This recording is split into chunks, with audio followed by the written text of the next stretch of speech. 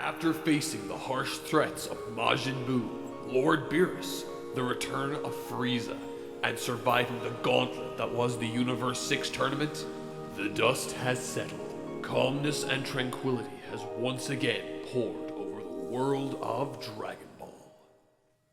Fuck that! It's time for black! I'm black, y'all, and I'm black, y'all, and I'm blacker than black, and I'm black, y'all, and I'm black, y'all, and I'm black, y'all, and I'm blacker than black, and I'm black, y'all. I'm blickety black, blacker than black, black, I'm blacker than black, yo, because I'm black and I'm back. Now, before we get to Black, y'all. I know what some of you guys might be thinking. T&M, what's with all this best animation stuff? Don't you always do the worst first? And to answer that question, yeah. In truth, there wasn't enough poor animation to warrant an entire video for this arc specifically. But fret not, I haven't forgotten about those bad moments and I have special plans for them in the future. But for now, it's Black, y'all, and I'm black. Hey! I'm talking here! Jeez. It's time for the top 10 best animated moments of Dragon Ball Super's future Trunks arc. Number 10. Goku vs. Fuse Zamasu, Episode 66. Topping off our list at number 10 comes one of many eye-catching moments from episode 66, the penultimate episode of this arc.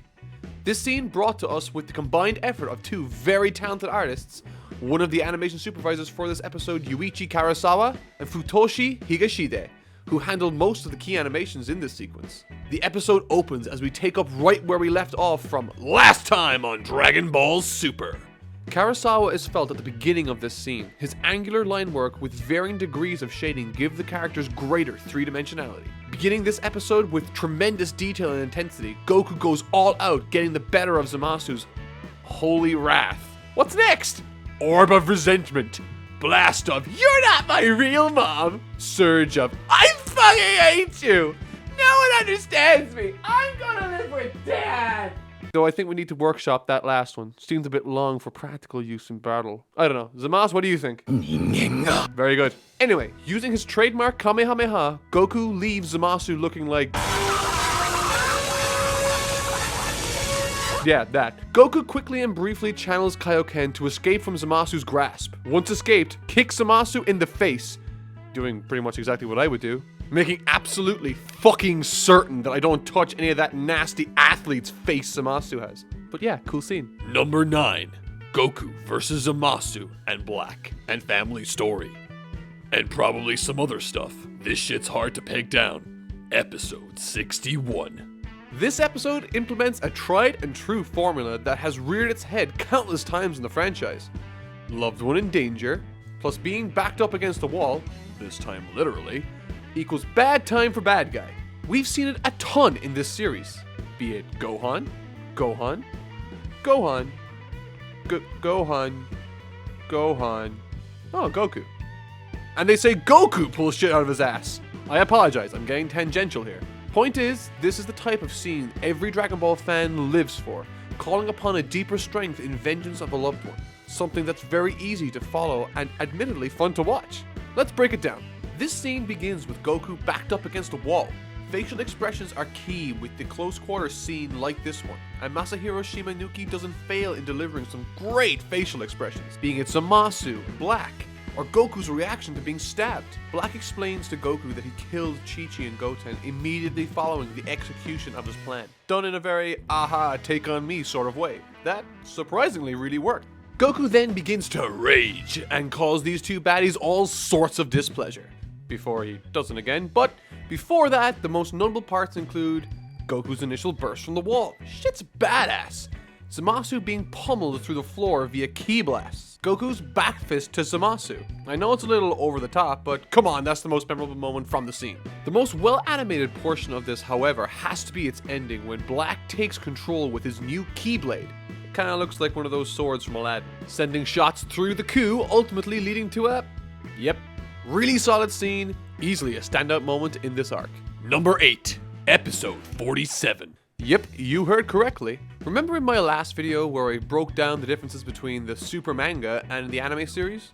I said towards the end of the video that the first chapter pertaining to the future Trunks arc was my favorite chapter.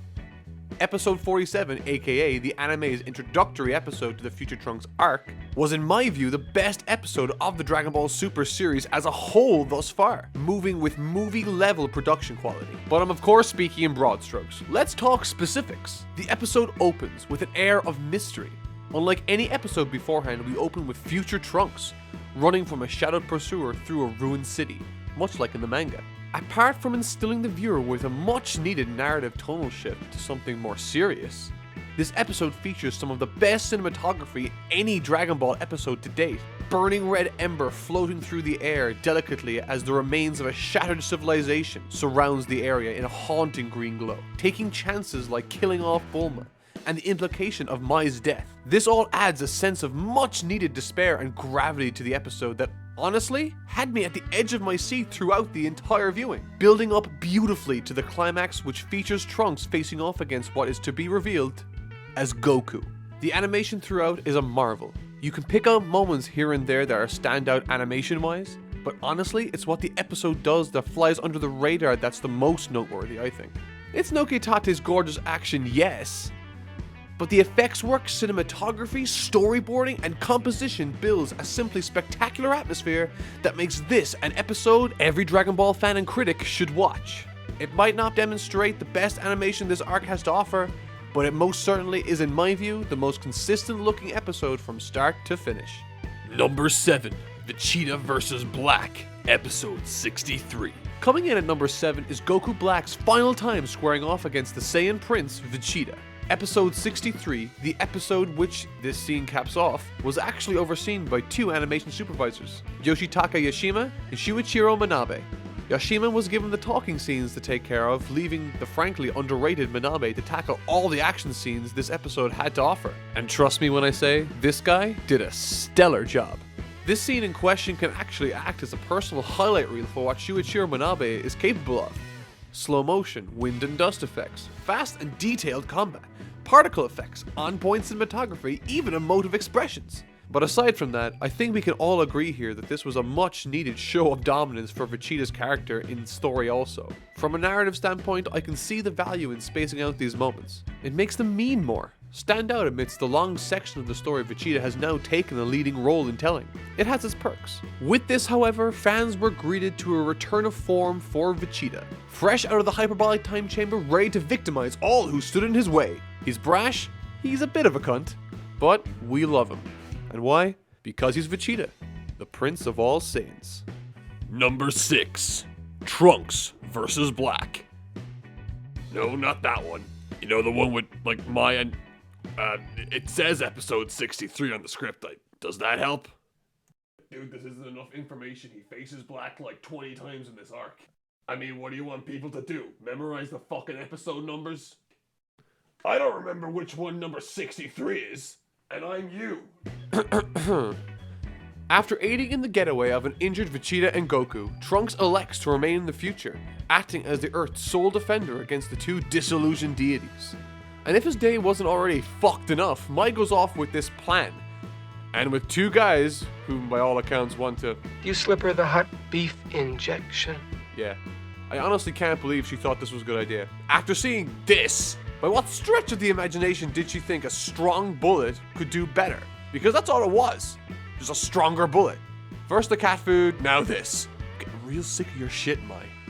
Futoshi Higashide and Noketate take center stage in this short but brilliant action sequence where Trunks endeavors to defeat the combined efforts of both Goku Black and Zamasu, something that both Goku and Vegeta had failed to do up until this point in the series. Moving along, this scene wasn't one that specifically stood out to me upon my first viewing. Many of the entries on this list that came before this one were ones that I knew would feature in this list for sure.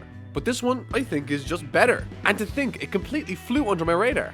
Those of you that are familiar with my content and this channel know full well how much Noketate means to me as an animator within this company. But in the community, people can be quite hot or cold when it pertains to his work.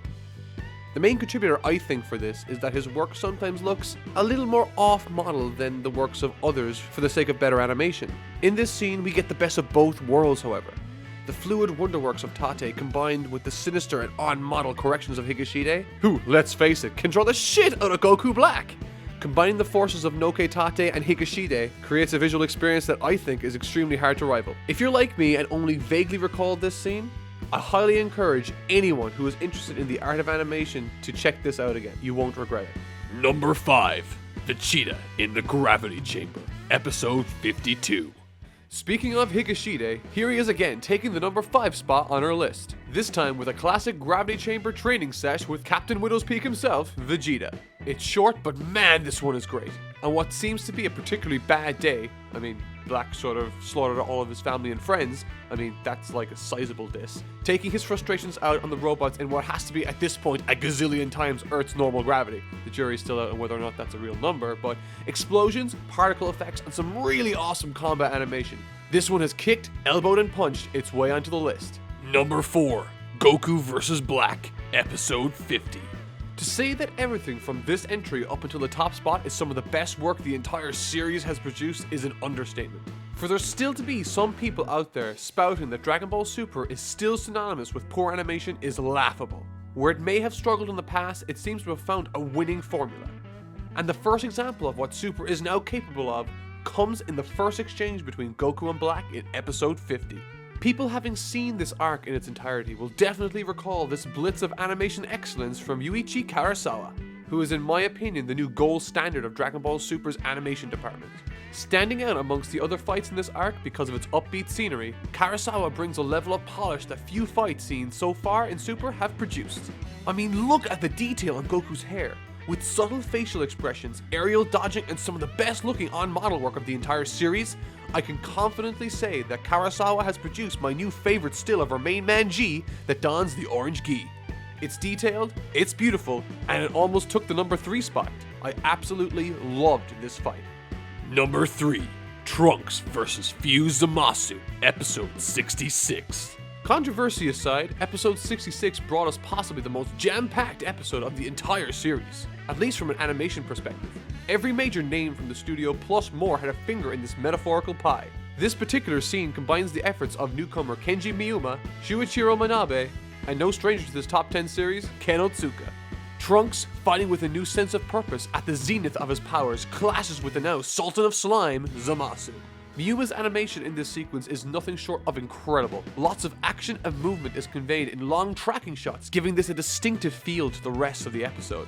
Mr. Manabe turns up in the middle to add a much needed sense of despair to the fight using his sinister artwork. Manabe works so well with these quote-unquote evil characters.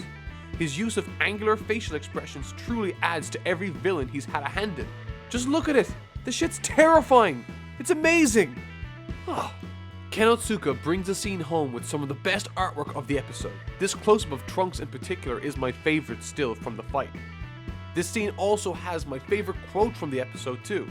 "I won't lose to someone who can't believe in anyone but himself." The thought process Zamasu had, while radical, had its points.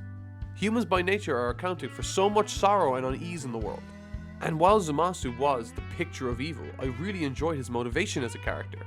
Piccolo, Vegeta, Frieza, Cell, Buu, Beerus, Frieza again, were all antagonists that had undisputably bad morals going into the fight with our heroes, making it easier for us to get behind the likes of the Z-Warriors. But Zamasu's motivation was, in my opinion, not as black and white as the others in the past. So much so that it made me question which side I was on at times. He was angsty and radical, yes, but at times there was truth to what he was saying. But this line by Trunks added much needed perspective to this already tremendous scene with those words. A sword comprised of all the energy on Earth might be a bit far-fetched, but it facilitated a gripping climax and capped off a truly side-splitting scene. Is it going to be hard to beat this one? Well... Number 2. Vegito vs. Zamasu, Episode 66. Many of you watching this might have thought that this particular scene should have taken the top spot, and honestly, it was extremely close. So much so that I had an entirely different draft with this as my number 1. But a few things keep this from being as gripping as the number 1 entry in my opinion. But for those reasons I'll get to them later. This scene was brought to us by and large by the wickedly talented Naotoshi Shida and Masahiro Shimanuki. Let's talk about Shimanuki before we get to Shida's work. Masahiro Shimanuki was in charge of the final Kamehameha cut. Up until this point I had lost hope that Shimanuki had any great animation left in him.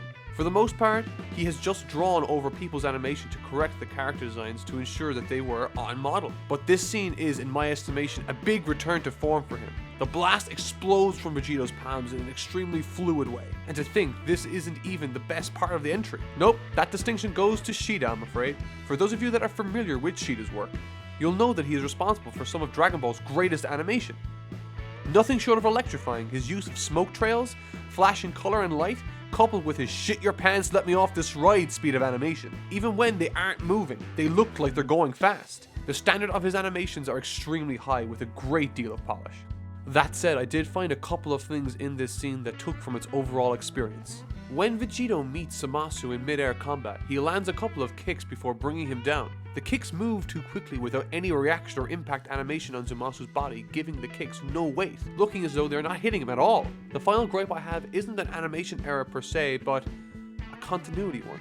As Vegito grabs Zamasu, look at the hand Vegito uses to plow his head into the floor. But when we switch to this scene almost immediately after, it's a different hand. Now, this scene was breathtaking, awesome, and all that good stuff, but there was still one that I feel had the edge over all the rest. But before we get to that, I think it's only fair to shine a light on some of the other amazing moments that didn't make it onto this list but are still worth celebrating. That's right, it's time for some honorable mentions.